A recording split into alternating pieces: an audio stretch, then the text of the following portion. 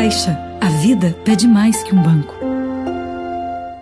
Senhoras e senhores, retomamos as atividades de nosso Fórum Estadão Regiões, dando início à segunda parte de nossa programação. Convido novamente o senhor Clay Shows, editor de Economia do Estadão, para subir ao palco. Chamo também o senhor Anderson Birman, fundador e presidente do Conselho de Administração da Arezzo & Co. Chamo também o senhor Glauco José Corte, presidente da Fiesc e membro do Conselho de Administração da Porto Belo S.A.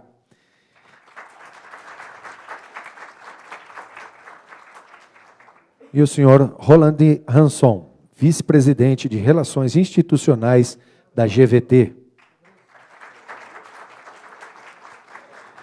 Enquanto nossos convidados se posicionam, eu lembro que as perguntas poderão ser feitas por escrito e entregues às recepcionistas. O segundo painel também tem a duração de 1h20. Clay, fique à vontade para o debate. Obrigado a todos mais uma vez pela presença. Agora, então, vamos tentar abordar aquelas mesmas questões que foram tratadas aqui pelos políticos, agora sobre o ponto de vista dos empresários, que são os que investem, que geram empregos. E eu gostaria de começar perguntando para o senhor Anderson Birman, da Arezzo, como é que ele vê essa questão. Para começar, vamos entrar nessa questão do custo Brasil, da logística. Como que a empresa supera esse tipo de problema? E quais os principais percalços que ela tem que superar lá no Rio Grande do Sul, às vezes até buscando investir em outras regiões? Bom dia, obrigado, Clay, pela pergunta. Eu queria aproveitar para saudar a todos, cumprimentar o Estadão pela promoção deste evento e vamos tentar aqui colaborar com as nossas respostas e eu imagino que a nossa plateia agora passa a ter um choque aí de respostas, né, um pouco diferente da turma que estava aqui, porque vocês estavam escutando políticos profissionais e agora vão escutar empresários que não têm aí a arte de lidar com o microfone, né? Muito pelo contrário, nós temos aí alguma dificuldade. Mas tentando, então, ser objetivo aí na resposta à sua pergunta, você falou de duas coisas, que é custo Brasil e logística. Então, indo ao primeiro, ao custo Brasil, eu entendo que, acima de tudo, nós somos um país jovem, com processos em desenvolvimento, e fico assim bastante motivado, estimulado ao escutar aqui os governadores mostrando aí uma série de iniciativas que certamente no médio e longo prazo irão trazer melhores condições competitivas para o nosso país. Mas hoje eu acredito que uma política fiscal tributária mais definitiva, menos retalhada, é muito importante para que nós nos tornemos competitivos, não só internamente, mas também objetivando o mercado externo. Na verdade, hoje a gente vive uma série de medidas, ora estaduais, ora federais, ora municipais, trazendo incentivos, o que já é muito bom, mas isto de uma forma bastante retalhada, sem representar uma política industrial, uma política fiscal, uma política tributária, e eu acho que isso hoje traz sérias consequências para o consumidor. Eu fico vendo tudo que foi aqui falado, os bilhões que aqui foram citados, e fico vendo o seguinte: quem paga essa conta no fim é o consumidor, não é? Quem vai pagar essa conta é o consumidor. E o consumidor precisa de ser privilegiado com disponibilidade de melhores produtos a custos mais competitivos. E isso acho que faz parte aí de uma política fiscal tributária mais determinada. Quanto à logística, se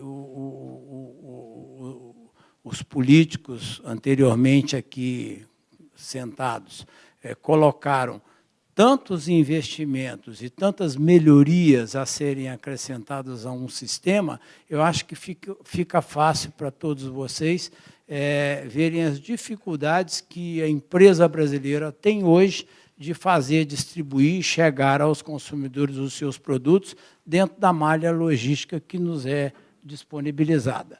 Mas o bom do Brasil é que tudo se dá um jeito, né? E hoje a gente consegue fazer, chegar em um tempo cada vez melhor, os melhores produtos aos nossos clientes.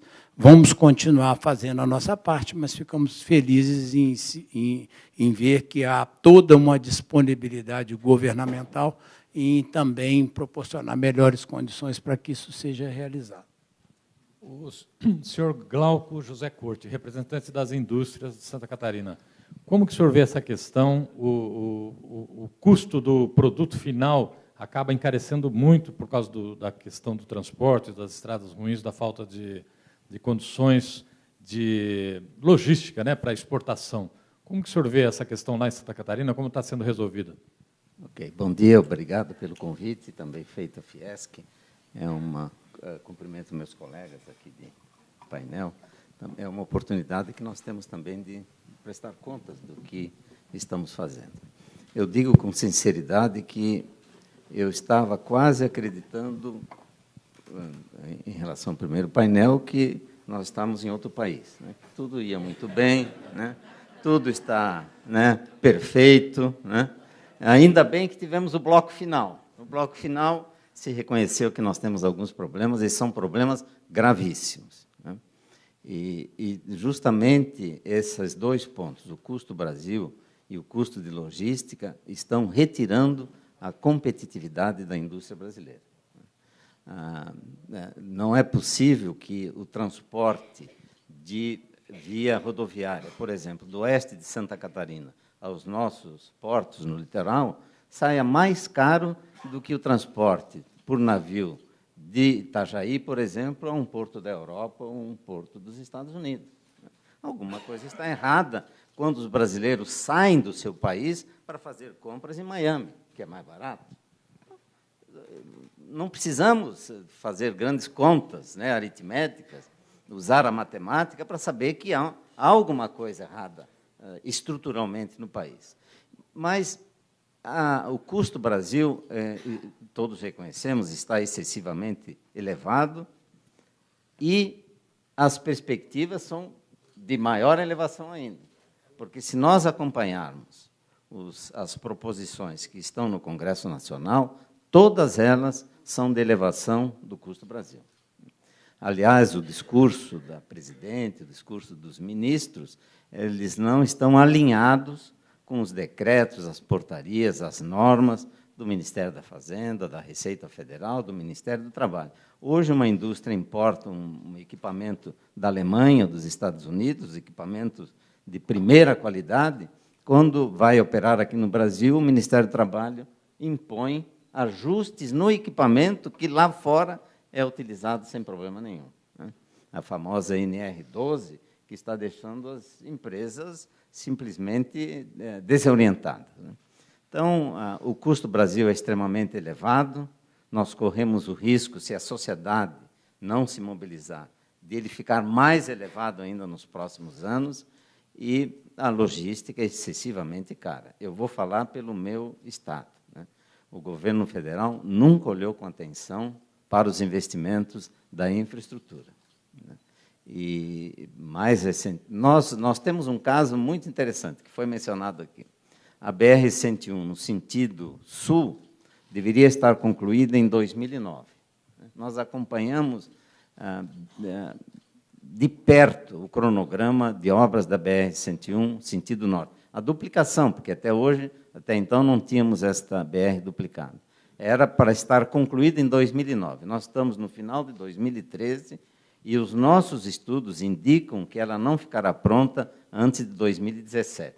É claro que a parte de pavimentação ela está praticamente concluída, mas as obras de arte, como até lembrou o secretário Valendowski, há algumas obras de arte que nem projeto ainda tem, né? Então, nós fizemos um estudo na Fiesc, contratamos uma universidade, com ela trabalhamos cientificamente e verificamos que o custo do atraso da BR-101, no sentido norte, o custo da duplicação está em 32 bilhões de reais. Isto é, riquezas que o sul de Santa Catarina não gerou pelo atraso dessa obra. Imagine até 2017. Né? Então, eu poderia falar em várias obras, como é o caso da BR-101, no sentido norte, que liga o litoral catarinense, o sul catarinense, a Curitiba, que, inaugurada no governo do Fernando Henrique, até hoje não há projeto de duplicação. E há casos, Lei, de trechos em que a utilização é superior a 180% da capacidade da BR. Em períodos de verão, se falou aqui um pouco de turismo, de Curitiba a Camboriú se leva 8, 10 horas. Isso é uma coisa insustentável. Como é que o país convive com essa situação? Então, a situação do Sul, nós temos aspectos muito positivos, mas, em relação à infraestrutura, a questão de logística, o Sul, assim como outros estados do Brasil, estão sendo penalizados com uma perda muito grande de competitividade. Uma pergunta para o senhor Roland Hasson, da GVT. A GVT é a empresa de telefonia que opera no Sul, telefonia fixa, banda larga, e agora está se expandindo para outros estados, inclusive aqui para São Paulo. A GVT nasceu por o empreendedorismo de um empresário de Israel. Depois abriu o seu capital, conquistou vários sócios brasileiros, depois fechou o capital, né? A Vivendi, que é uma empresa gigante francesa de telefonia, comprou o controle da GVT. Então, eu pergunto para o senhor Hasson, como que um empresário estrangeiro, como que uma empresa estrangeira vê o mercado brasileiro, especialmente o mercado da região sul, com os seus benefícios, a renda alta e tal, e também com esses problemas relacionados aqui? Então, muito bom dia. Muito honrado estar aqui no Estado, a quem eu quero parabenizar pela iniciativa. Acho que essa é uma das funções da mídia escrita, falada. Então, o Estadão está de parabéns por esse fórum regional. A GVT, na verdade, é uma empresa que começou por acaso. Foi num evento aqui em São Paulo, ela foi um dos sócios, tinha uma startup, veio para uma feira de telecomunicações, acabou encontrando alguém da Inepar, do grupo Inepar, que o convidou. Disse, olha, nós vamos usar o seu equipamento, então nós podemos fazer uma parceria e disputar o leilão das licenças que ocorrerão agora para telefonia espelho do Brasil.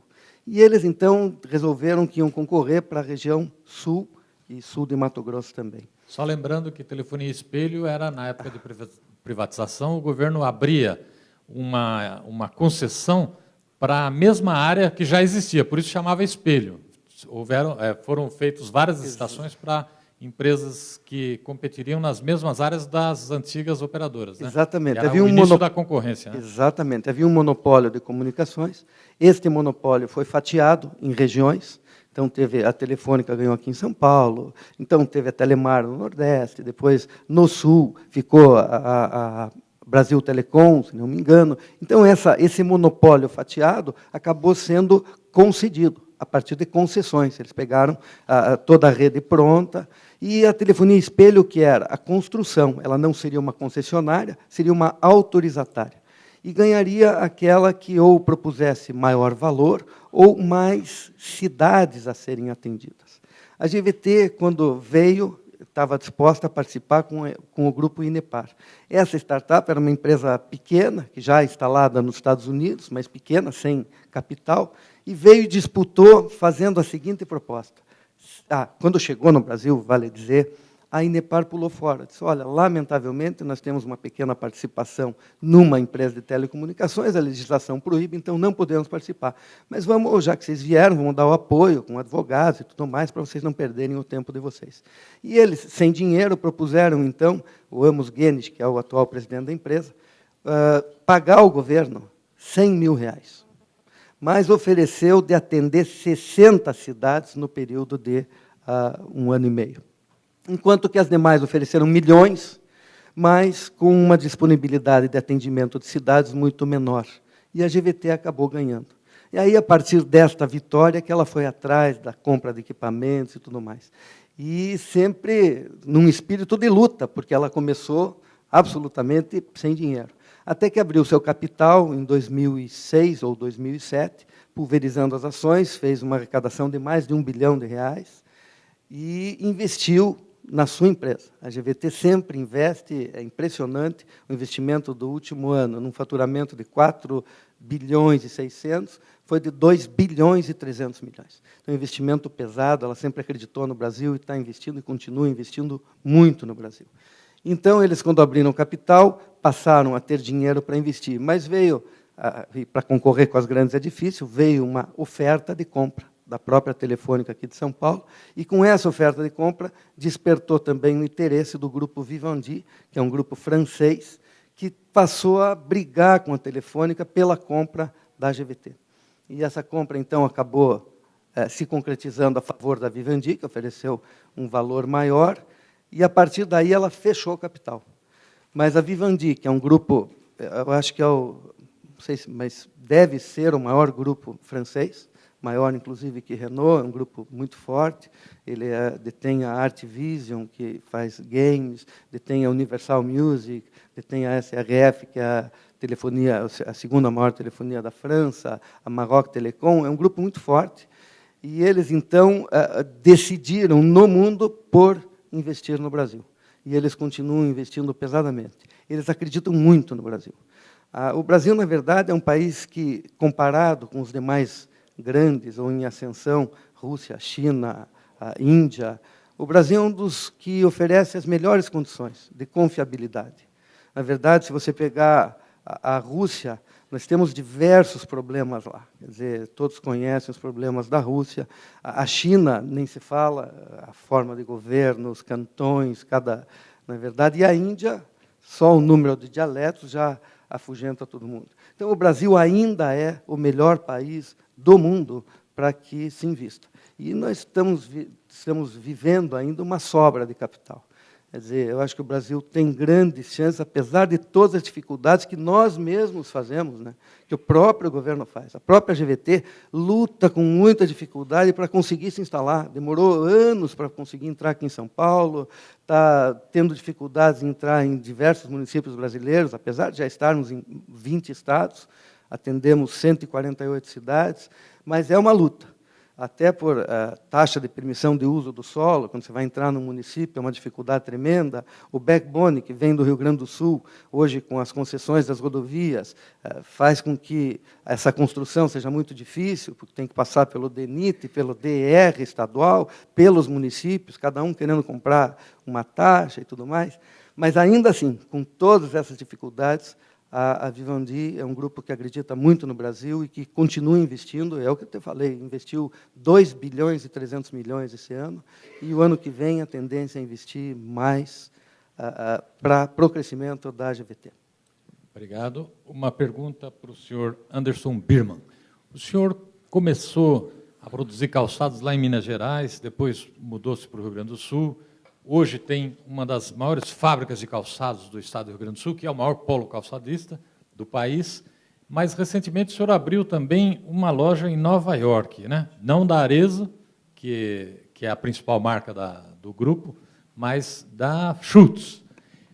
É mais fácil abrir um negócio em Nova York ou no Brasil? Sem dúvida é mais fácil abrir lá, né?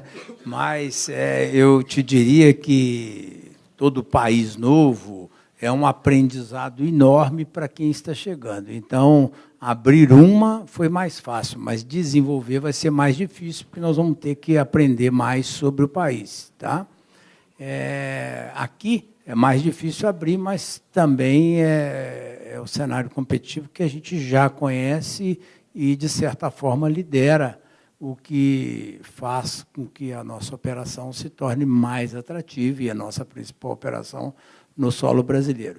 Mas, certamente, eu entendo aí na sua pergunta um desejo de manifestar a necessidade de desburocratizar a abertura de novas empresas no Brasil, o que eu tenho que endossar e concordar que é absolutamente necessário.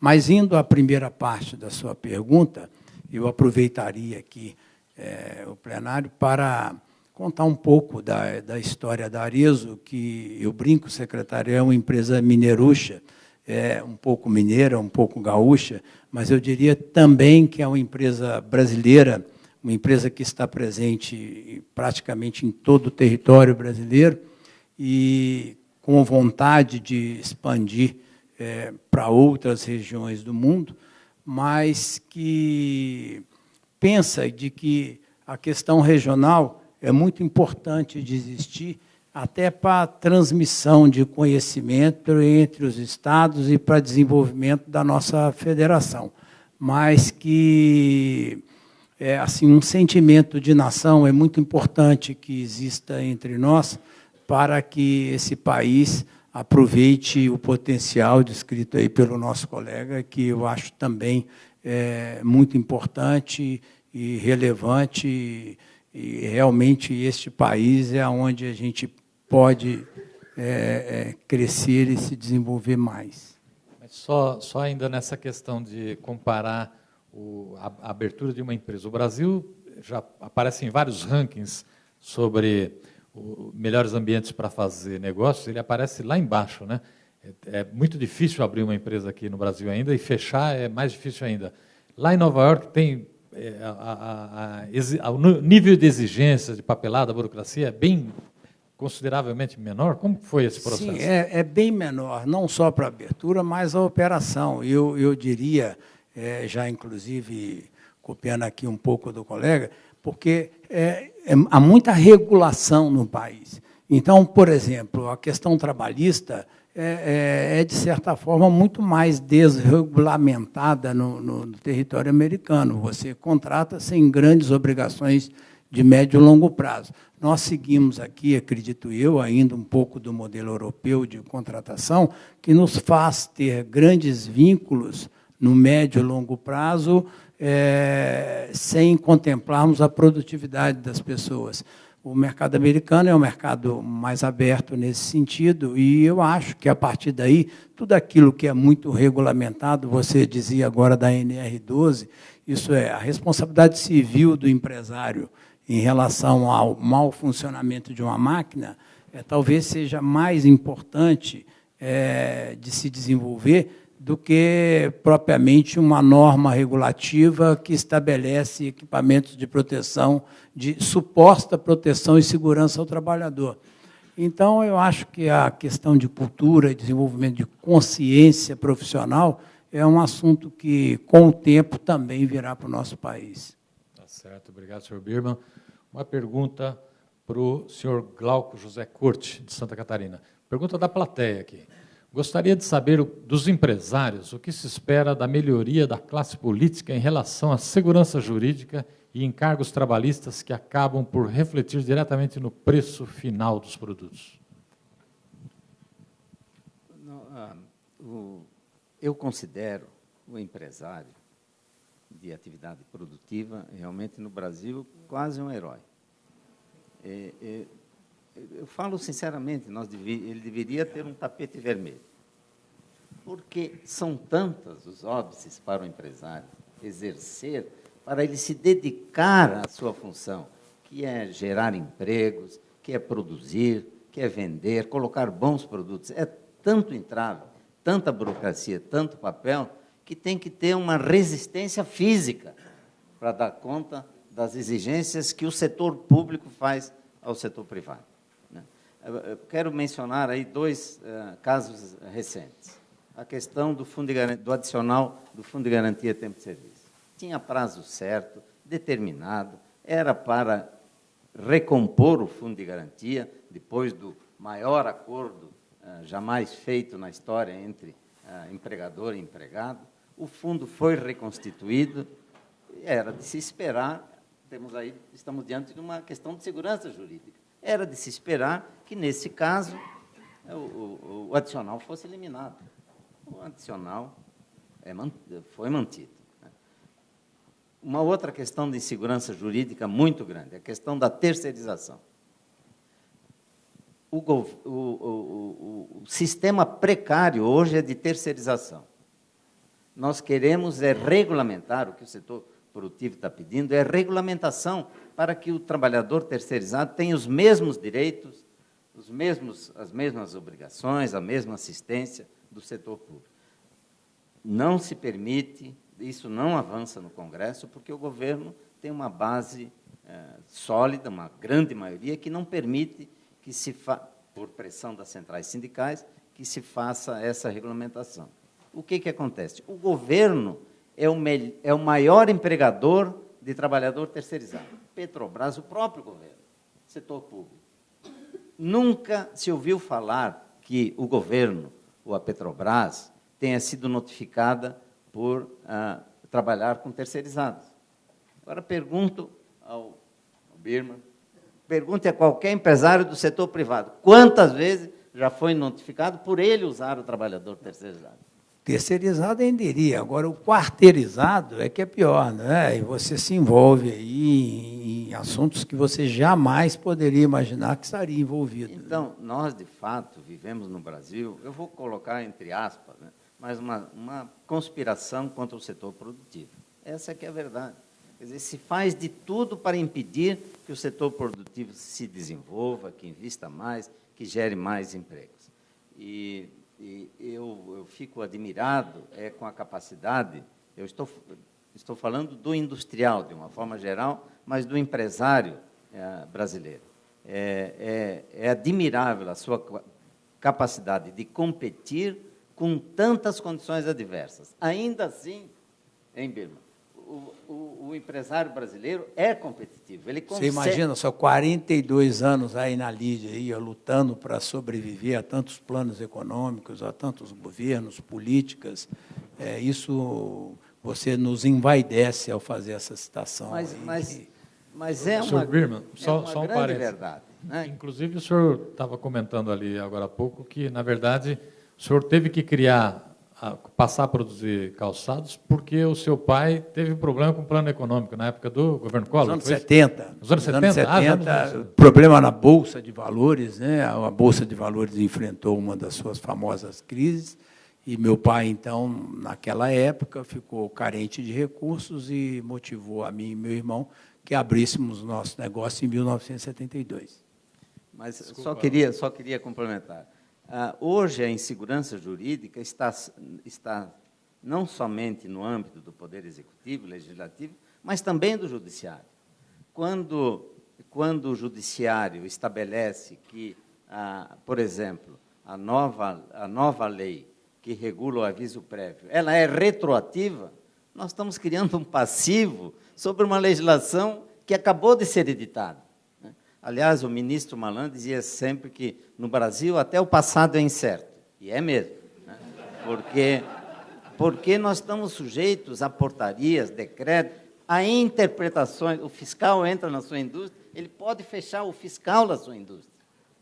Pode lacrar um equipamento. Uma pessoa, um funcionário público, pode fazer isto sem que outros órgãos estejam envolvidos e lhe dê sustentação para a sua decisão. Então, na verdade, nós temos um país rico, com um grande potencial, um país maravilhoso, mas nós precisamos avançar na modernização da legislação trabalhista, precisamos avançar no enxugamento, na simplificação do Estado, que interfere demais. No outro painel se falava sobre a dívida líquida.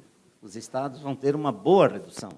Falaram todos aqui. Eu pergunto, e a carga tributária? Vai ter uma redução também?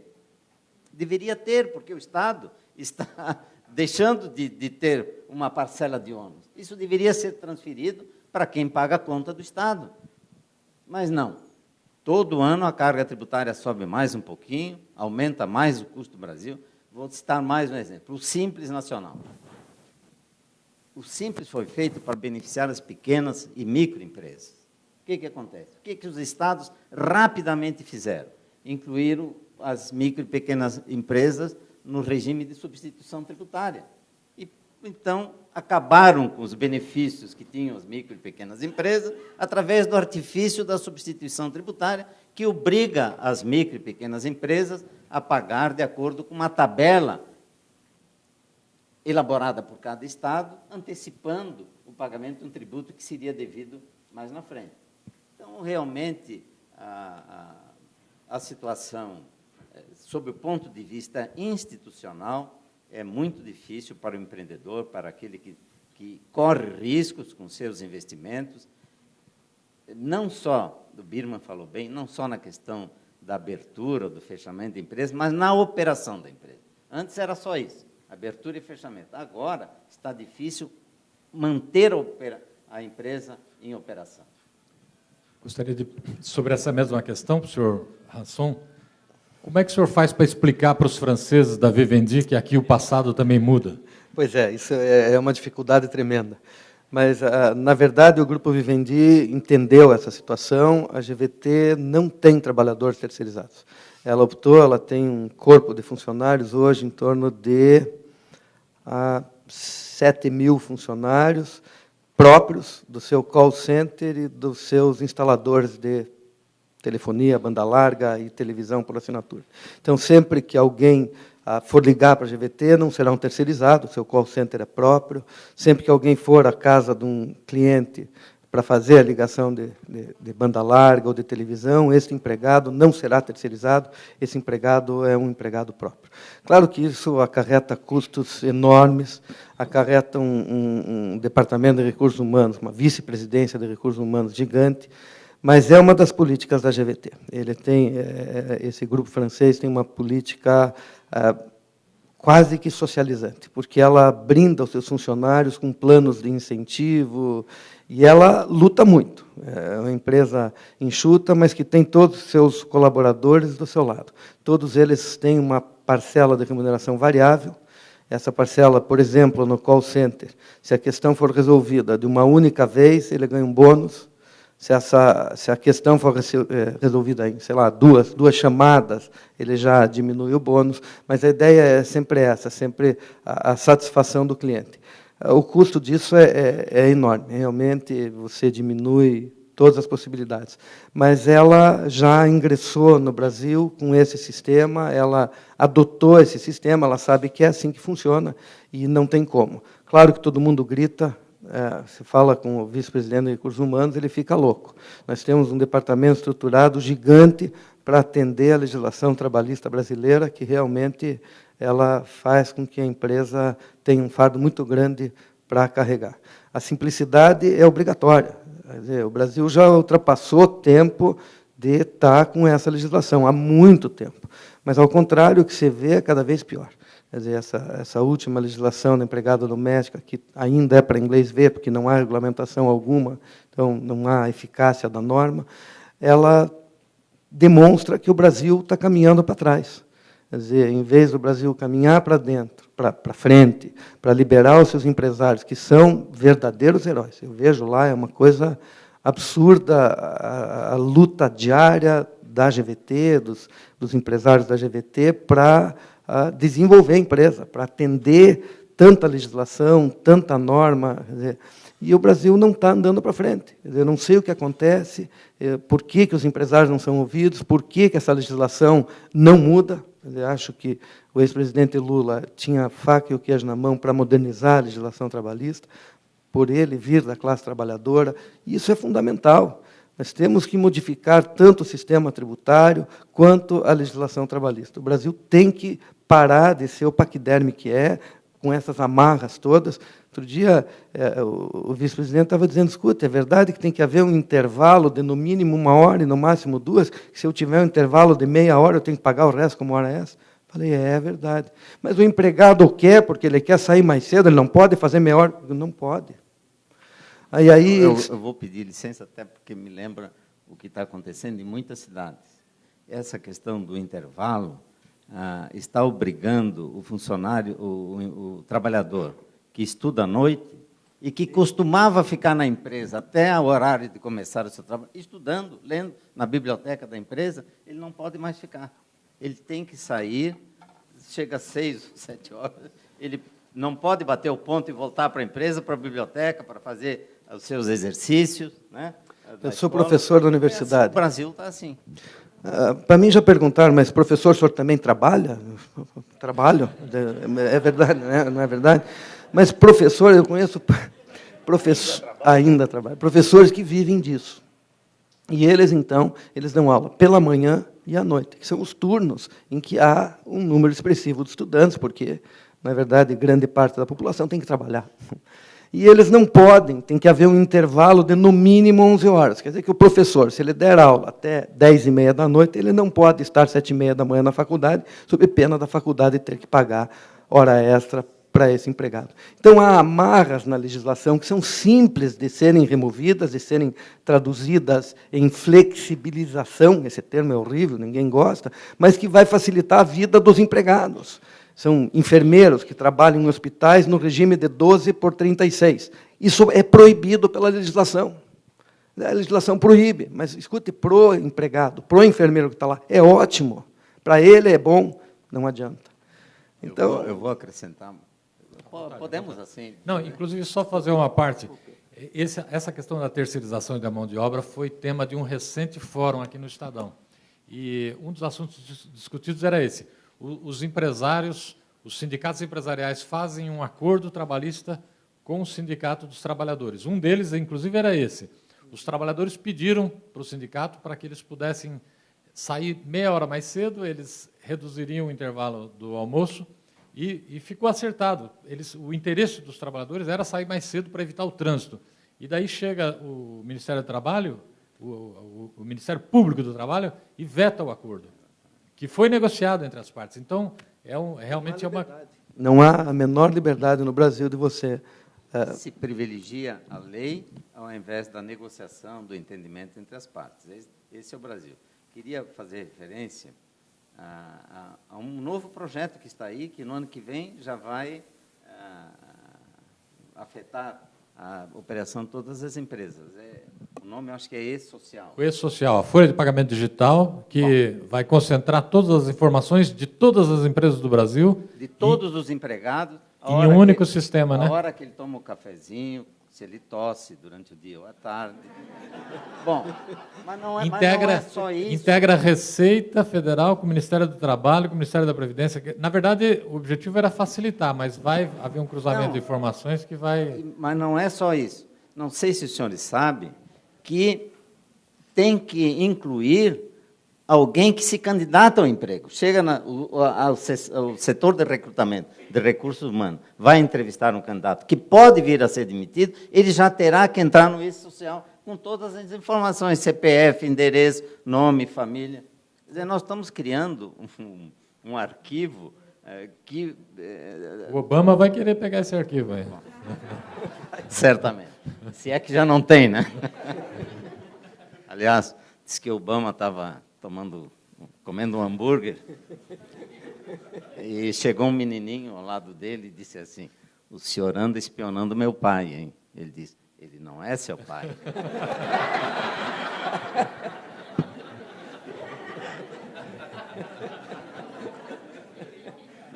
Senhor Anderson Birman, um outro tema que foi tratado aqui hoje de manhã era a questão do fracasso do Mercosul, a dificuldade que a Argentina impõe à entrada de produtos brasileiros, que afetava bastante o setor de calçados. Na Arezzo, qual a participação do mercado interno no consumo, nas vendas e do setor externo, e como que o senhor vê essas dificuldades no Mercosul? Olha, nos nossos negócios, hoje, os negócios com outros países representam somente 5% dos nossos negócios. E a Argentina está absolutamente excluída dos nossos planejamentos de crescimento e desenvolvimento, não pelo mercado em si, que é um mercado atrativo, mas por razões que você aqui citou e que faz com que a gente exclua a Argentina. Ela foi excluída recentemente? Ela antes era importante? Sim, sim. Há 5 anos atrás nós chegamos a fazer viagens à Argentina, discutir operação com grupos argentinos e sempre tivemos vontade de participar do mercado argentino, mas vendo toda essa dificuldade do governo brasileiro e dificuldades com o governo argentino, a gente preferiu ficar à margem desse processo. Excluiu o país dos planos da empresa de crescimento. Sem dúvida. E aí, às vezes, nós recebemos aqui muitos investidores internacionais que nos perguntam por que a nossa vontade e desejo de expansão internacional não começa pelos países do Cone Sul. E é difícil responder para eles que aqui fica muito difícil crescer, porque para onde nós vamos crescer? Para a Argentina, para o Paraguai? O Uruguai, talvez, a gente já tem operação no Paraguai, no Uruguai, mas os países do Cone Sul apresentam um momento de fragilidade de regras, fragilidade de instituições que nos dificulta planejar, primeiro, crescer na região que somos dominantes para outras regiões.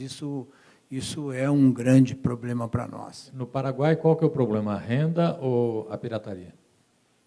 Ambos, né? O Paraguai é um país que passa por crises em todos os sentidos, e isso faz com que o crescimento do próprio Paraguai também não permita que a gente faça um planejamento de mais longo prazo.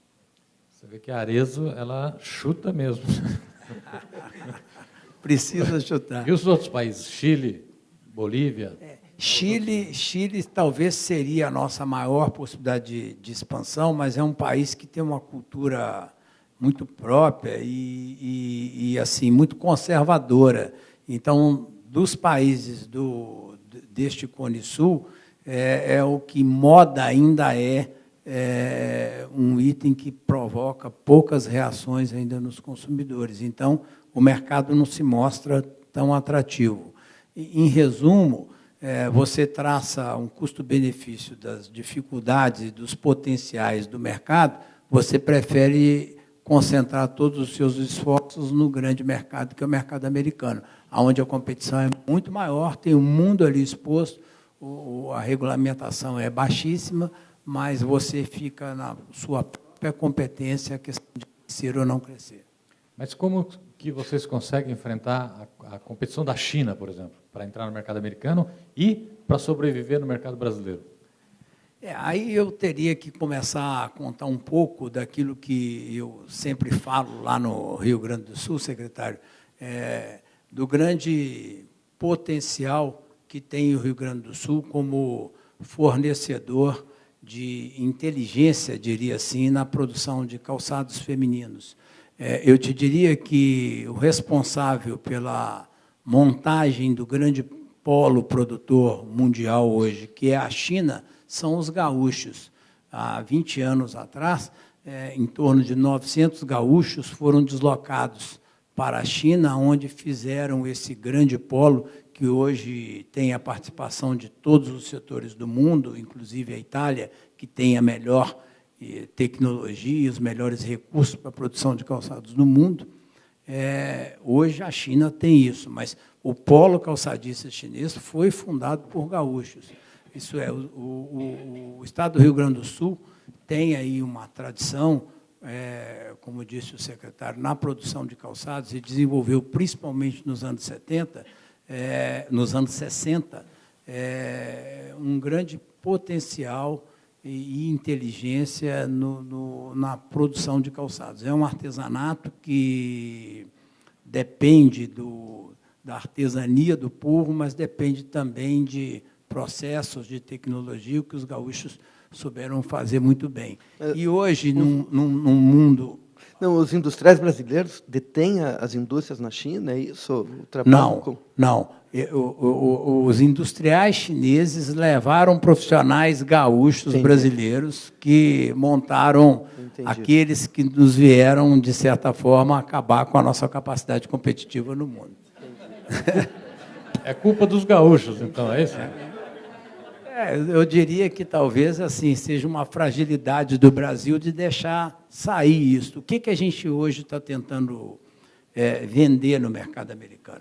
É que, como tudo na vida, tem prós e contras. E, assim, hoje a indústria chinesa, se é que ela tem alguma deficiência, talvez ter menos agilidade do que tem a indústria brasileira. Isso é, a indústria brasileira que ficou teve que se adaptar a novos tempos e hoje ela consegue ser uma indústria ágil.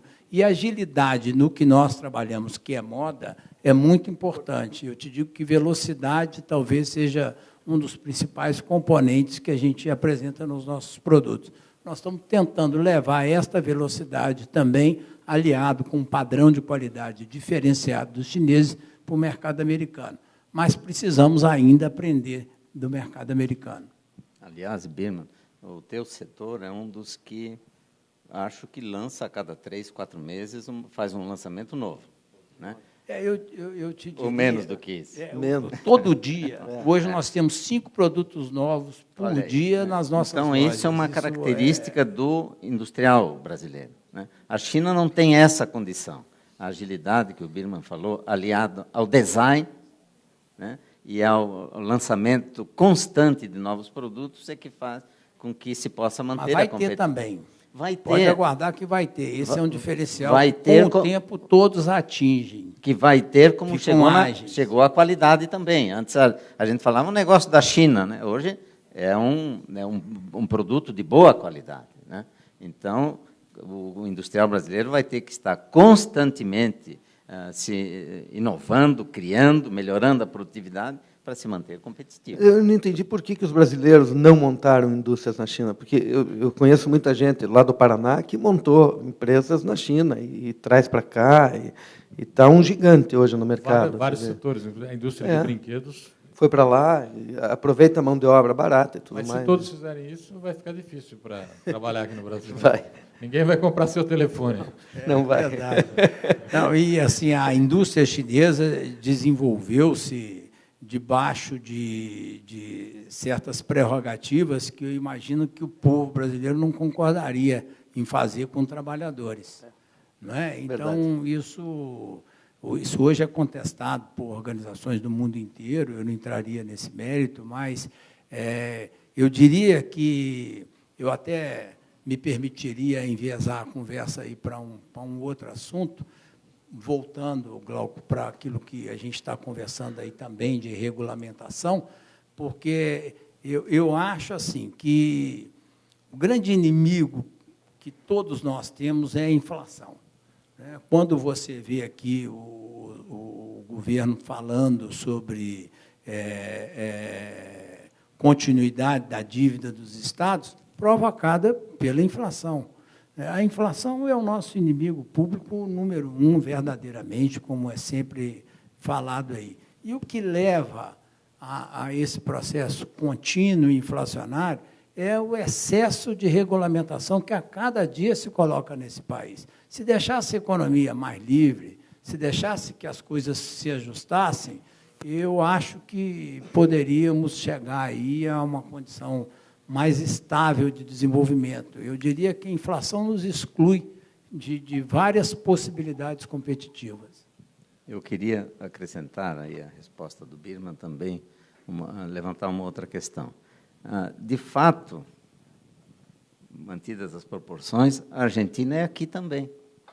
Porque não sei se todos sabem que, para entrar, alguns estados estabeleceram uma taxa, um pedágio, para que o produto de outro estado entre no seu estado. Que é a cobrança... Quando um estado, Santa Catarina, vende para o Rio Grande do Sul, por exemplo, um produto fabricado em Santa Catarina, a taxa é de 12%. Internamente, o consumo no estado é 17%. Alguns estados exigem o diferencial na entrada do produto no território físico do seu estado. Isso é um conceito medieval, que se está, e isso, quando se fala em guerra fiscal, não se examina esse assunto. É o estado de São Paulo, por um acaso? Entre outros estados, o nosso vizinho estado do Rio Grande do Sul também faz isso. Nós, inclusive, há alguns anos atrás, entramos com um mandado de segurança, ganhamos, mas é assim, para entrar, fica na fronteira, é difícil, né? Então, realmente, é o excesso de intervenção do Estado, não é só o Rio Grande do Sul, evidentemente, né? E se Santa Catarina não faz, daqui a pouco vai fazer, porque isso tende a se alastrar, né? É o excesso de intervenção do Estado nas atividades do setor produtivo. O que se precisava, o que se precisa no país é deixar o setor produtivo trabalhar. Claro, tem regras gerais, normas gerais, mas esse tipo de interferência é prejudicial. Nós temos, o secretário Walendowski falou aqui no Complexo Portuário de Santa Catarina. Nós temos 5 portos em Santa Catarina. 2 públicos, 2 privados e um meio público e meio privado. E outros projetos em andamento. Pois bem, quem diz o número de funcionários da Anvisa que trabalham para a liberação de produtos nos portos é Brasília. Não é o setor produtivo que diz, olha, nós precisamos de mais gente aqui para fiscalizar, para liberar as mercadorias. O Ministério da Agricultura, que, tanto da saúde como da agricultura, tem que estar nos portos. São eles que dizem, Brasília, eles, via de regra, eles nem sabem onde fica Itajaí, onde é que fica o porto de Itapuá, mas é lá em Brasília que eles decidem quantos funcionários da Anvisa ou do Ministério da Agricultura vão ter nos portos para liberar as mercadorias. Quer dizer, nós precisamos ter um banho assim de simplificação, de modernização, para que o país realmente possa avançar e conquistar a competitividade, que é tão importante para manter o setor produtivo em operação. Senhor Glauco, só queria saber também do senhor em relação à questão argentina. As indústrias de Santa Catarina também estão excluindo a Argentina dos seus planos? Muitas, sim. A nossa própria indústria, por exemplo, que tinha uma indústria de cerâmica. Que tinha uma posição importante na Argentina. Nós tivemos que praticamente fechar. Hoje trabalhamos com representantes, mas, de maneira geral, a Argentina é um mercado importante, é um bom mercado, né? Mas a dificuldade para entrar hoje na Argentina, ela traz em si um custo adicional que nem todas as empresas podem manter, porque, com muita frequência, os caminhões ficam parados, as mercadorias ficam nos portos 6 meses, 4 meses, né? Até que, de fato, possam entrar no país. Então, a sua empresa Cerâmica Porto Belo, ela chegou a produzir lá isso e parou? Não. Sempre exportávamos para lá. E agora? Agora reduzimos drasticamente, né? Mas a Argentina continua sendo um mercado importante, é importante que se faça um esforço para que ela retorne aos procedimentos anteriores, mas também não se nota do governo brasileiro nenhum esforço para resolver essa situação. Há uma relação diplomática muito cordial entre Argentina e Brasil. Ainda assim, na questão da importação, a Argentina para Santa Catarina talvez seja o segundo país do qual nós mais importamos, sobretudo matérias-primas e insumos que são produzidos lá, né? Mas a exportação de agrícolas parece que é complicada, especialmente na questão Não é só agrícola, o industrial também é muito complicado. Nada passa sem autorização específica do Ministério da Economia, e isso, o trâmite, normalmente, leva de 3 a 6 meses para obter essa autorização. Pergunta da plateia aqui para a GVT. Como o senhor enxerga o mercado brasileiro, uma vez que a tarifa de celular mais cara do mundo é a brasileira? O que leva a essa tarifa exorbitante? Olha, a pergunta é ótima, principalmente porque a GVT não trabalha com telefonia celular. Na verdade, o Brasil deu passos enormes nas comunicações. Nós tivemos sorte de termos ministros excelentes. E entra governo, sai governo, é um ministro melhor que o outro. O ministro Paulo Bernardo é de uma excelência, ele desce a detalhes, conhece o setor como ninguém, é ele, é o Sérgio Mota, todos os ministros que vêm passando e fizeram essa revolução de comunicações no Brasil. O Brasil hoje é um dos países mais bem servidos em termos de comunicação. A banda larga que a GVT oferece está entre as mais rápidas do mundo, entre os países mais rápidos do mundo. Com relação à telefonia celular, obviamente, o investimento é muito maior, o que é bom para a GVT. Quer dizer, eles estão investindo, vão fazer agora o 4G, houveram os leilões de 4G e tudo mais. O que a GVT está desenvolvendo? Isso é segredo. Então, não contem para a imprensa. Na verdade, a GVT vai querer concorrer com a Google, vai querer querer concorrer com a Microsoft, ele está desenvolvendo um sistema em que vai ser possível, a partir da internet, fazer ligações do teu telefone fixo para celular. Do teu celular, como se estivesse usando o telefone fixo. Isso vai fazer o quê? Vai baratear as ligações. Você vai estar usando o teu celular com base na rede fixa. O que vai acontecer com as empresas? Como tudo onde a GVT entra, a qualidade melhora e o preço cai. Claro que as operadoras de telefonia celular vão se ver na contingência de baixar os seus preços. Quer dizer, vai ser uma revolução, e isso vai acontecer constantemente. A tecnologia vai progredir. É aquele Skype, que alguns têm, não sei se todos conhecem o Skype. A GVT está desenvolvendo um produto nesses termos, o que vai fazer com que barateie o custo. Quer dizer, por que o custo hoje é alto? Por conta dos investimentos. O Brasil é um país continental, e a rede de antenas que demanda a telefonia celular faz com que os investimentos sejam brutais, enormes, e isso faz com que o custo da telefonia móvel fique caro. Claro que, com o desenvolver dessas novas tecnologias, a competitividade melhor, o custo, a tendência do custo vai se cair, e isso está acontecendo a passos largos no Brasil. Eu sou do tempo ainda em que eu tinha que comprar uma linha telefônica. Eu me lembro de pessoas que tinham 30 telefones locados, né, e declaravam no imposto de renda, eram locados os telefones, a pessoa pagava o aluguel porque não tinha telefone para comprar. Quer dizer, hoje o Brasil mudou a passos largos, por conta de excelentes ministros.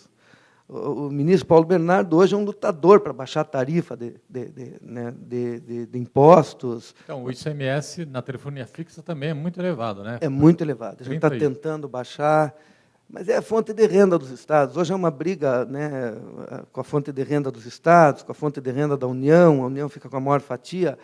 O Brasil ainda não tem um acordo federativo a contento, né? Isso é muito difícil de acontecer por conta, né, da supremacia até do Poder Executivo sobre o Poder Legislativo. Então, mas nós estamos caminhando para isso. Quer dizer, há uma luta, quer dizer, a população está acordando para isso, o próprio governo está acordando para isso. O problema é que o Brasil é muito grande, então ele demora para tomar as medidas, mas ele está avançando. Na realidade... Ainda uma questão da GVT. A empresa começou na região sul, mas hoje está se expandindo para outras áreas do país. Que características o senhor destacaria no perfil do consumidor da região sul em relação a outras áreas do país, em termos de consumo, de renda? Você sabe que já foi. Na verdade, quando houve essa ascensão da classe D, né, uma melhoria dessa classe, hoje não há mais alteração. Na verdade, a região sul, que era mais privilegiada em termos de renda, hoje gasta o que gasta a classe C e D, quer dizer, a região sul deixou de ser privilegiada, hoje é um equilíbrio. Em termos de comunicação, em termos de banda larga, de telefonia, não há mais diferença. A GVT, inclusive, hoje está focando muito seus investimentos em regiões de classe C e D. E está desenvolvendo produtos para baratear o custo para as pessoas das classes C e D, porque elas consomem o que consome a classe A e B.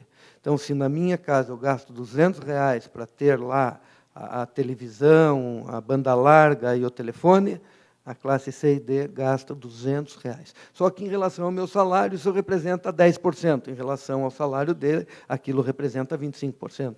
Então, essa é a questão. E a GVT está focando nisso agora, porque não há mais essa diferença. Houve um tempo em que, sim, a região sul era privilegiada, em que, por conta da renda maior e tudo mais. Hoje, isso não acontece mais, o Brasil está mais homogêneo, o que é ótimo para todos. Acho que nem aquela piada, a Arezzo que mandou um representante para a África, mandou 2. Um escreveu, não adianta nem querer instalar a fábrica aqui, porque aqui ninguém usa sapato. E o outro escreveu, chefe, venha logo, porque aqui ninguém usa sapato. Quer dizer, é o otimista e o pessimista. O otimista traga logo a fábrica, porque... Então, hoje, há um equilíbrio, de verdade, e acho que a grande maioria da população, de qualquer camada, seja E, D, C, todos têm a banda larga, todos querem a telefonia celular ou a telefonia fixa. Então, hoje, há uma homogeneidade muito maior. Senhor Birman, a Arezzo também ela tem atuação forte no Rio Grande do Sul, mas está se expandindo para outras áreas, inclusive para o Nordeste. O senhor destacaria alguma característica da região sul, do consumidor da região sul, em relação a outras áreas? Assim, eu poderia lhe dar algumas peculiaridades, né? Primeiro, de que, em se tratando de um país com dimensões continentais, a gente tem climas bastante diversos no país, né? É desnecessário dizer a diferença entre o frio que faz na região sul e o constante calor que faz no Nordeste e no Norte do país. Isso já, por si, já traria grandes diferenças de consumo e de público. Mas eu ressaltaria também, numa linha de capacidade de consumo e de classes sociais, no seguinte sentido, que a gente pensava que no Nordeste, num determinado tempo, só se consumia o produto de preço mais baixo. Hoje, o que se vende no Oscar Freire é o que se vende no Nordeste, é o que se vende no Norte. Isso é, determinados valores dos produtos estão acima, às vezes, até da capacidade de consumo da população. E não necessariamente a capacidade de consumo da população do Norte ou do Nordeste do país é menor do que a capacidade de consumo da população do Sul. Então, mas eu te diria que cada mercado tem a sua peculiaridade, o seu modo de consumir, um produto que é melhor para uma região, que é pior para outra região. Determinadas regiões absorvem moda com mais facilidade do que outras. Eu te diria que São Paulo não é o lugar que absorve moda com mais velocidade. Hoje, Minas Gerais, o Nordeste, às vezes absorvem tendências de moda com mais velocidade do que absorve São Paulo. Então, são características que faz-se necessário que se tenha conhecimento local, razão, inclusive, que a gente fomenta e desenvolve cada vez mais a nossa rede de franquias, para que se tenha sucesso nos locais. A rede de franquias é a forma como a empresa vem procurando se expandir no restante da região? Sim. Nas demais regiões? Sempre foi o nosso principal canal de crescimento, a rede de franquias, bastante fundamentado neste raciocínio de que o conhecimento local interfere na performance da loja. Senhor Glauco, a respeito da questão da mão de obra, como que as empresas de Santa Catarina vêm resolvendo essa questão? Parece que tem, inclusive, empresas importando trabalhadores de outras regiões, e mesmo assim está difícil, porque parece que não há disponibilidade por conta do crescimento da indústria em outras regiões também. Bom, para início de conversa em relação a esse assunto, nós cortamos, na Federação das Indústrias de Santa Catarina, a expressão mão de obra. Porque hoje, qualquer nível de trabalho exige um certo conhecimento. O trabalhador do conhecimento, e qualquer que seja a operação. Então, nós proibimos a utilizar. Até isso é pejorativo, de fato, né, para o trabalhador de hoje. Né? Nós precisamos de trabalhadores que tenham um certo nível de escolaridade. Então, no caso de Santa Catarina, como em todos os estados, há muita oferta de trabalho, mas é uma outra distorção que temos no país. Nós temos regiões em Santa Catarina que temos mais trabalhadores no seguro-desemprego do que vagas a serem preenchidas. Então, o seguro-desemprego foi criado num período em que o país vivia uma crise de empregabilidade. Hoje, não. Nós vivemos praticamente um período de pleno emprego, 5,5, 5,6, né, período de pleno emprego. Então, todas as indústrias, de modo geral, estão com dificuldade de conseguir trabalhador. O que nós decidimos fazer em Santa Catarina? Investir em educação. A Federação das Indústrias está atuando fortemente na melhoria, no aumento do nível de escolaridade do nosso trabalhador. Também é difícil, porque, nesses períodos, o trabalhador não se sente muito motivado, ele tem facilidade de conseguir emprego. Nós criamos, então, o movimento A Indústria pela Educação, já estamos com 1.200 indústrias que aderiram a esse plano, e elas... O senhor falou recentemente, inclusive, sobre sobre esse plano de transformar Santa Catarina na Finlândia brasileira, é isso? Isso. Como é que é essa história? Bom, porque nós realizamos, no último dia 17, um seminário, um workshop internacional sobre educação. Trouxemos educadores da Finlândia, equipes do BID, da área de educação, da McKinsey, que fez um grande estudo em 9 países sobre o mundo do mercado de trabalho, e lançamos, ao final do seminário, desse workshop, esse desafio, porque nós temos todas as condições em Santa Catarina, somos um estado pequeno, em que a educação básica está universalizada já no estado, nós precisamos melhorar agora o nível de escolaridade para que o trabalhador faça, junto com o ensino médio, o ensino profissionalizante, né? Assim, ele já terá, ao concluir o seu ensino médio, uma profissão. Se depois quiser fazer universidade, tudo bem, mas já tem uma profissão garantida. Como é o caso da Alemanha. A economia da Alemanha, o desenvolvimento, se dá sob uma base de trabalho intermediária, que são os técnicos, os profissionais, né? E, então, nós estamos, só o Senai vai investir 230 milhões de reais entre 2012 e 2014, basicamente voltado para a educação dos nossos trabalhadores e para institutos de tecnologia e de inovação que visam justamente melhorar a competitividade do setor industrial. O que nós precisamos, o que vale para Santa Catarina, vale para outros estados, é que a indústria, estamos falando especificamente sobre industrial, tem que abrir mão, ou melhor, ela tem que se engajar nesse compromisso, porque facilitando ao seu trabalhador o acesso aos cursos, nós temos cases, exemplos muito significativos de empresas que, no momento em que aderiram a esse movimento, já estabeleceram uma remuneração variável, uma participação nos resultados maior para os que concluem os cursos que a empresa está oferecendo, outros que liberam parte do expediente, outros que pagam o transporte ou a refeição para o trabalhador que vai frequentar o curso noturno. Enfim, nós estamos animados com a reação que estamos tendo, a resposta que estamos tendo em Santa Catarina.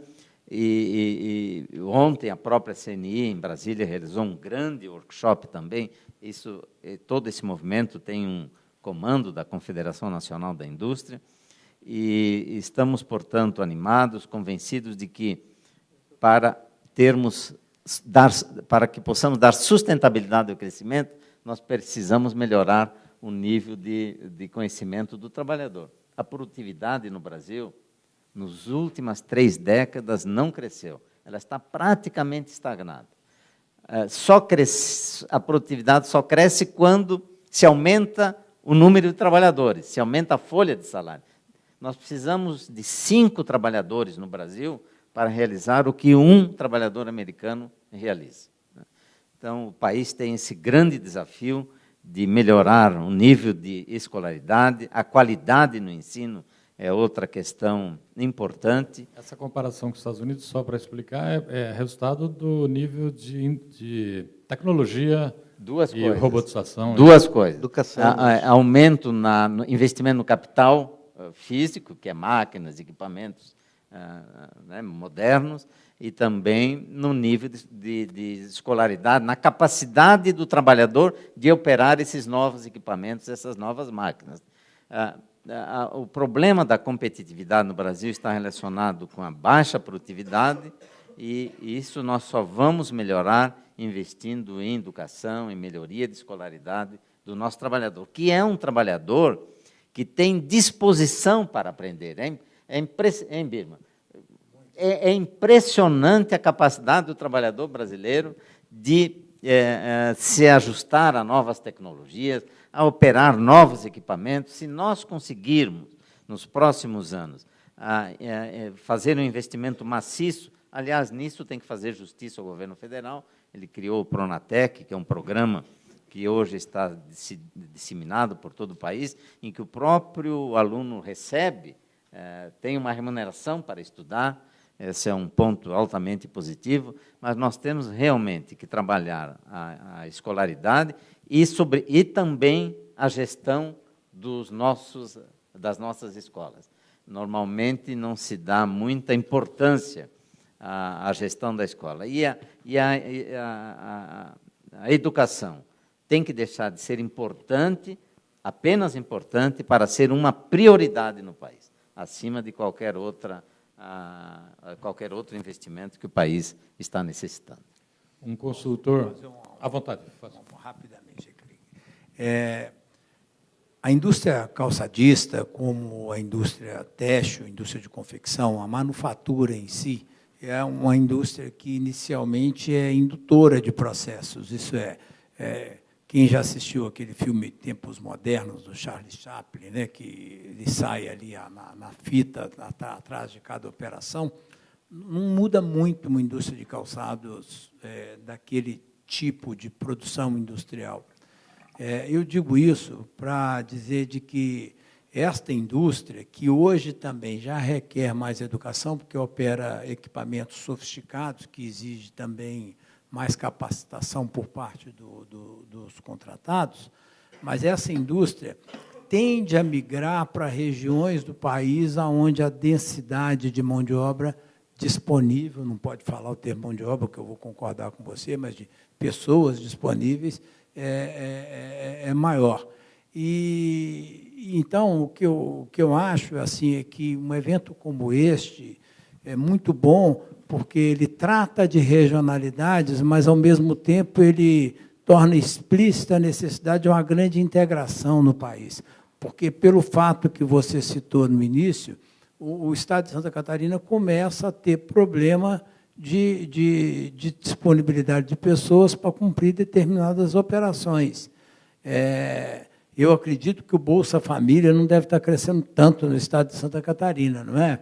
Eu acho que isso é um evento para a gente comemorar, tal como a gente deverá, nos próximos anos, comemorar também a diminuição do Bolsa Família no país inteiro, e não o contrário, né? Comemorar a ampliação do Bolsa Família. Então, eu acho que trabalhar em educação, mas trabalhar também na integração do país, desregulamentando tudo que a gente tem de barreira fiscal, tributária e assim por diante, é muito importante também para que, no futuro, a gente tenha mais sucesso. Questão importante também nisso aí, é a questão do chamado bônus demográfico. Até alguns anos atrás, a população crescia mais do que o crescimento do PIB. Então, nós tínhamos sempre um excesso de oferta de jovens. Isso está terminando no país. A taxa de natalidade caiu para 1,2, né, por mulher. Muito bem. Então, nós temos que, nós vamos ter menos jovens chegando ao mercado de trabalho nos próximos anos. Inclusive, na região sul, o bônus demográfico acaba antes por conta do nível de educação, que já tem menos famílias com maior número de filhos. Cada vez limitando mais o número de filhos. Pois então, Gley, no momento em que o nosso trabalhador for mais produtivo, vai liberar trabalhador para outras indústrias, porque eu vou precisar, na minha indústria, menos trabalhadores. Então, os outros trabalhadores que seriam dispensados, porque um trabalhador vai fazer o que hoje precisamos de 5, esses 4 terão ocupação em outra indústria. Então, isso é que vai dar um certo equilíbrio. Por isso é que é tão importante, entre outras razões, nós investirmos na escolaridade do trabalhador. E temos outras consequências. Um trabalhador com um nível de escolaridade melhor, ele sofre menos acidente, cuida mais da sua saúde, tudo traz um benefício global, integral, na medida em que nós melhoramos o nível de escolaridade do trabalhador. Um consultor, recentemente, numa entrevista ao Estadão, comentou o seguinte, que o problema no Brasil não é de software, não é de hardware, é de peopleware. A GVT, eu sei que estava, segundo uma notícia recente também, estava com 110 vagas em aberto para a área de tecnologia da informação e não conseguia preencher justamente por essa falta de trabalhadores qualificados, é isso? É verdade. A GVT hoje está investindo, já há algum tempo, investindo maciçamente na educação dos seus próprios colaboradores, porque há uma escassez de mão de obra tecnológica no país, isso de maneira sensível. Todo mundo vê, falta mão de obra. A GVT tem várias vagas abertas, não consegue preencher, e até vem gente de fora, muitas vezes, mas o que é ruim, porque as pessoas vêm falando outra língua e ninguém entende. Então, a GVT está disponibilizando vários cursos, mandando seus colaboradores para o exterior e tudo mais, em todos os níveis.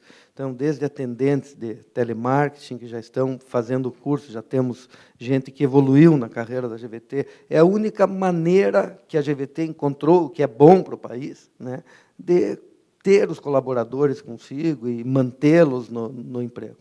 Então, acho que esse programa que a Fiesc está fazendo é fundamental, assim como a GVT faz. Eu acho que isso é fundamental para o país. Acho que todas as empresas têm que aderir a esse programa, esse Protec do governo federal, maravilhoso. Tem que ser, não tem outro jeito. Nós temos que qualificar os nossos próprios trabalhadores, e acho que a resposta dos funcionários da GVT é uma coisa assim maravilhosa, porque todos estão tendo aulas de vários. Eu estou tendo aula de inglês na GVT. Apesar de eu falo francês, inglês, italiano, mas não falo nenhuma direito. E estou lá tendo aulas de inglês, e todos aceitam de bom grado. São cursos em que se retiram algumas horas do trabalho, né, do colaborador, para que ele se aprimore no serviço. Acho fundamental. Uma outra questão fundamental aí é o seguinte, né? Quando a BMW resolveu vir para Santa Catarina, teve muito contato com o nosso pessoal do Senai, SESI, nós resolvemos mandar um grupo para a Europa, né, para a Alemanha, para outros países, para ver qual era assim, o apoio que essas entidades como o Senai e SESI dão às indústrias. E estivemos na própria BMW mais de uma vez, né, e para nos capacitar a atendê-la. Bom, uma das coisas que descobrimos é que, enquanto no Brasil, um pouco menos agora, mas até uns 5 anos atrás era muito evidente, quando a pessoa completava 50 anos de idade, 55, começava-se a preparar a pessoa para a sua aposentadoria. Era muito comum, ainda é, em muitas empresas, né? 50 anos, 55, porque senão ele vai ter trauma quando sair. Vamos prepará-lo para aposentar. Na BMW, nós discutimos que eles estão preparando para ele ficar mais 10 anos na empresa. Completou 50 anos, vai ficar até 60, 70, desde que ele seja um trabalhador qualificado, né, com um bom nível de escolaridade, com saúde. Ele tem disposição para trabalhar. E nós temos, isso é uma outra questão que nós vamos ter que enfrentar no Brasil, né? É muito comum o funcionário público se aposenta antes de 50 anos de idade. Isso é uma... Né? E o que vai fazer depois? Saiu um estudo ontem de que a vida para o homem começa aos 54, na verdade. Eu fiquei muito contente. E eu também. Eu não sabia, mas olha... Ô, Clei, só uma observaçãozinha. O debate aqui é muito interessante, dá muita vontade de a gente continuar horas aí, mas eu estou vendo a menina ali também mostrar toda hora o tempo ali para você, então vou ser breve.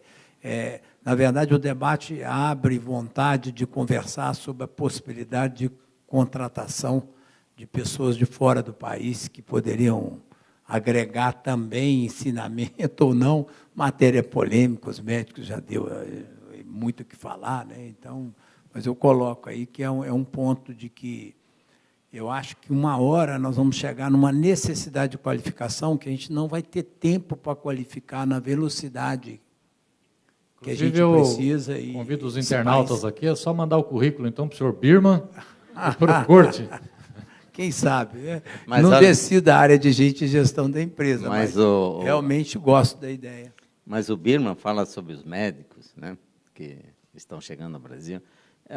Esse é um dos bons exemplos de como o governo usa a terceirização, porque os médicos cubanos não recebem o salário aqui. A remuneração deles vai para Havana, que vai pagá-los o quanto quiser, a gente não sabe. Mas, enfim, o governo não quer que a indústria brasileira, que o setor privado, né, terceirize, mas ele terceiriza até com médicos. Com essa questão, eu agradeço a participação do senhor Birman, do senhor Glauco Corte e com o Rasson, da GVT. Obrigado a todos pela presença e até o próximo Fórum Estadão. Nós Agradecemos mais uma vez a presença do senhor Anderson Birman, do senhor Glauco José Cotti, do senhor Roland. Agradecemos também a presença de todos em nossa plateia e lembramos que a nossa próxima edição será a região Sudeste, que acontecerá no dia 12 de novembro. A cobertura completa do dia de hoje estará no caderno especial na próxima segunda-feira, dia 4 de novembro. Tenham todos uma excelente tarde. Caixa. A vida pede mais que um banco.